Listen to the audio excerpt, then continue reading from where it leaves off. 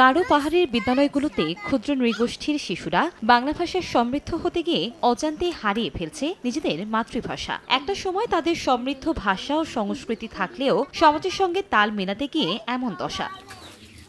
শেরপুরের পাহাড়ি অঞ্চলে গারোদের নিজস্ব ভাষায় তৃতীয় শ্রেণী পর্যন্ত পাঠ্য বই থাকলেও পাঠদানে নেই শিক্ষক। শিশুরা বাধ্য হয়ে বাংলা ভাষা রপ্ত করে বাঙালি সংস্কৃতিকে লালন করছে। মুখের ভাষা ও সংস্কৃতিকে টিকিয়ে রাখতে বিদ্যালয়গুলোতে নিজস্ব ভাষার পাঠ্য বই, শিক্ষক নিয়োগ সহ কালচারাল একাডেমি গড়ে তোলার দাবি তাদের। এগুলা ভাষা এখন আমগর বাচ্চা কাচ্চারা বলে না, এগুলা মনে করেন যে বাচ্চা কাচ্চারা সব বাংলা ভাষা বলে। কোনো যদি পাঠ্যপুস্তক বই থাকতো আমাদের এই ভাষার, তাহলে আমরা স্কুলে বা এমনি পরিবারের সাথে সবার সাথে কথা বলতে পারতাম এই ভাষাটা আরও চর্চা করতে পারতাম। আমরা যদি আমাদের কালচার সংস্কৃতি ভাষা ঠিক না রাখতে পারি, তাহলে আস্তে আস্তে আমাদের অস্তিত্বটাই বিলীন হয়ে যাবে। কমপক্ষে পঞ্চম শ্রেণী পর্যন্ত এদের মাতৃভাষায় পড়ালেখা করানো হোক, পাশাপাশি শেরপুর জেলায় একটি কালচারাল একাডেমি প্রতিষ্ঠা করা হোক, নইলে একসময় এদের ভাষা এবং সংস্কৃতি টিকে থাকবে না। নতুন লাক্স, যা ত্বককে করে কোমল আর দেয় ব্রাইট গ্লো।